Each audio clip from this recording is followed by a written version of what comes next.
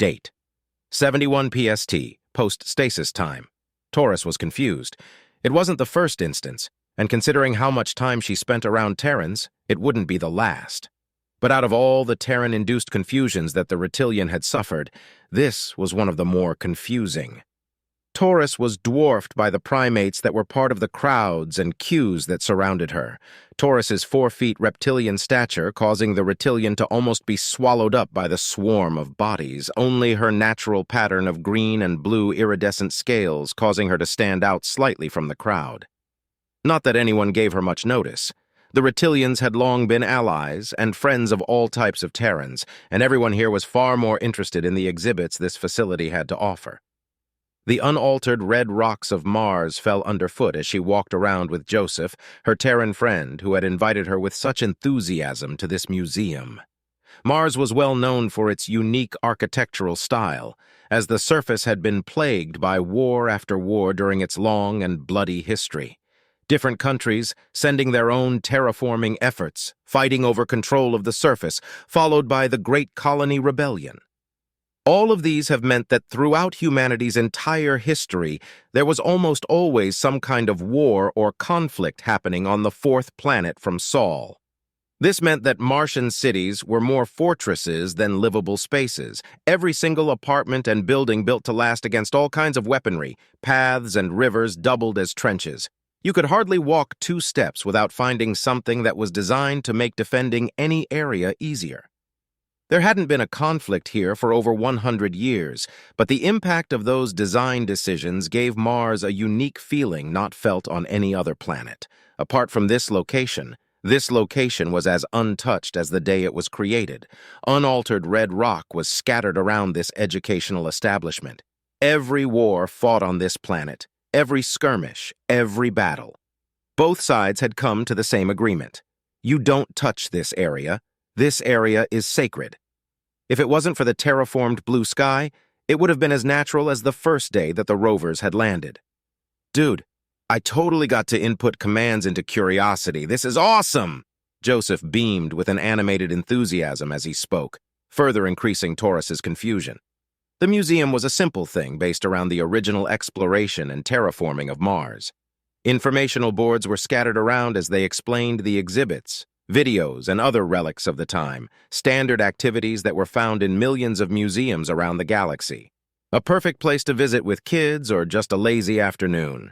Apart from one main selling point, this museum's claim to fame was to have all 10 original Mars rovers, 7 of which were still in working condition, admittedly much repaired over the many years. The exhibit in front of them had one called Curiosity, still working even through its apparent age, lovingly maintained by experts specially trained in keeping the rovers running. Taurus had watched Joseph type some commands into a terminal, causing the rover to go sample a piece of soil.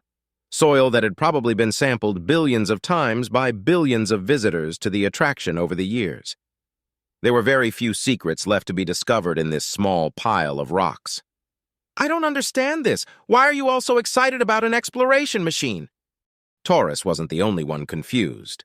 While the vast majority of the people at this establishment were Terrans, other species were interspersed within the crowd. The ever-adorable Hatil, insect like Kraken, or even a few other Reptilians.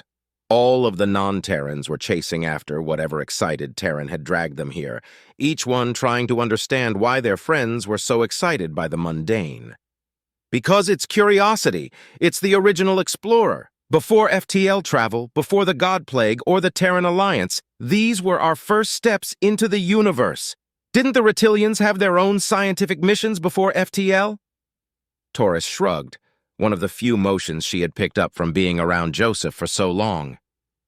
She guessed that there must have been similar exploration vehicles and scientific drones sent out into space, but she didn't know any of their names. Presumably, they were all called something reasonable like Research Drone 5C. Still, the Reptilian had to admit that compared with most things that excited Terrans, this one was rather tame. Nothing was on fire for starters. I don't know, probably. Honestly, I'm more surprised that you haven't strapped knives or guns to them and fought them against each other. Joseph looked a little shocked at that idea. These ones, the original rovers? Giving them weapons seems wrong somehow. The Terran paused for a moment before conceding a point as he continued. Although admittedly there is a place a mile away from here where you can fight weaponized replicas of the rovers against each other, we can go check it out after the singing. The singing? Taurus questioned worryingly. Anything that had a title given to it by Terrans had half a chance of being dangerous and chaotic. If there was a Terran event going on, maybe the Reptilian had laid a clutch of eggs in unstable sands. Why do you think these tickets have a 4-year wait time? Happens once a year. Now shush, it's starting. Something was indeed happening, as the crowd of excitable Terrans had all at once quietened, a member of staff parting the crowd through presence alone as they approached the terminal. There were a few moments as the Terran typed command after command, tension rising as every person in the crowd waited to see what would happen next. Then, the rover started to move, almost randomly. But each movement produced a tone, a series of tones that Taurus recognized as song, as music. A song she'd had sung at her when she told her Terran crewmates that it was her hatching day in off-handed conversation. A song that comes once a year with cake and candles. It was very strange that this rover, an inanimate object with no concept of birthday, was singing this song. It ended, leaving the Reptilian more confused than ever in a brief moment of silence. Then in one moment, hundreds of voices screamed out at once. "Happy birthday to you! Happy birthday to you!" The sudden influx of noise caused all the non-Terrans, Taurus included, to jump or otherwise exhibit signs of shock. Even when they were doing something peaceful, having this many chaotic, crazy apes do the same thing at once was a scary sight. "Happy birthday, curiosity! Happy birthday to you! Hip, hip, hooray! Hip, hip, hooray!" The song ended with the crowd cheering and hollering, clapping and whooping. Hugs of joy were exchanged as hundreds of people shared the elation of singing an inanimate object, its happy birthday song, thousands of years after it was originally created. Taurus felt the far larger Joseph wrap her in a hug. Not a bad feeling considering the considerable body heat that Terrans gave off compared with the cold-blooded reptiles. "So you enjoyed that, I gathered? Was it worth the wait? Do you want to go check anything else out first or just head back to the ship?" The Reptilian didn't understand why the Terrans acted like they did, but it was hard not to feel happy for their joy. Sometimes half the fun of being around the crazy primates of Earth was simply basking in their emotions, even if you didn't understand why. "We got one more thing to see, then we can try something else you'll enjoy." Taurus was still confused, but now for an entirely different reason. The excitement was gone. No longer were Terrans running around in elation, like excited children hopped up on candy. Instead, the mood at this exhibit remained somber, like a funeral. There were no informational games or terminals here. No fun children's activities. Just a simple raised viewing area made out of wood surrounding a single exploration rover. This one seemed just like all the others, except this one wasn't moving, half covered in red dust and seemingly untouched for quite some time. A single informational board was found at the entrance to this area with a single set of words written on them. "My battery is low and it's getting dark." Opportunity. Here lies the last resting place of the Mars rover Opportunity, after 14 years of dutiful work. Humanity thanks you. "I don't get it." The Reptilian started to speak before Joseph turned to her with a glare, shushing her instantly. His eyes were filled with tears, and her Terran friend looked like he was about to cry. Joseph wasn't the only one. The hundreds of Terrans surrounding them also in various states of distress, from a sad, solemn look on their faces to outright silently crying. It made no logical sense. This machine had been built over 100 years before any current Terran had been born. Why would they care so much that an expendable exploration drone had stopped working? Because they gave it a name? It wasn't like it was the only thing with a name. Terrans had literally formed the biggest galactic alliance in 70 short years. The Terran alliance meant that they had plenty of inanimate objects to choose from. It wasn't like they lacked friends, or at least any more. With that thought, it suddenly clicked for Taurus.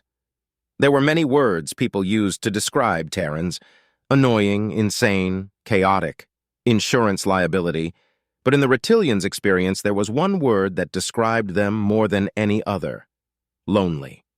They were as a species so lonely that they didn't realize it, didn't realize that's what drove them the most, drove them to explore and make friends wherever they could. This robot, this machine, was before they met friends among the stars, before they made AI or uplifted their pets into sapience, back when they were alone. All they could do was look up at the nighttime sky and hope that something was out there waiting for them. In that hope, they made a machine to go where they couldn't. Then they flung it across the darkness of space. When they did so, they gave it a name, they gave it a mission, a personality. In doing so, they tore off a small part of who they were and willingly gave it to the inanimate object, knowing that they would never get that part back. Then, they let that part of the psion selves go. They threw it into the void of the universe, losing that part of themselves forever, hoping that someday they'd be able to follow. Taurus could feel her own eyes start to water as the Reptilian gave up a few of her own tears, joining in the hopeful sadness of the Terrans around her. Tears not for a simple exploration drone, but for opportunity. The little part of humanity given away freely and willingly to the universe.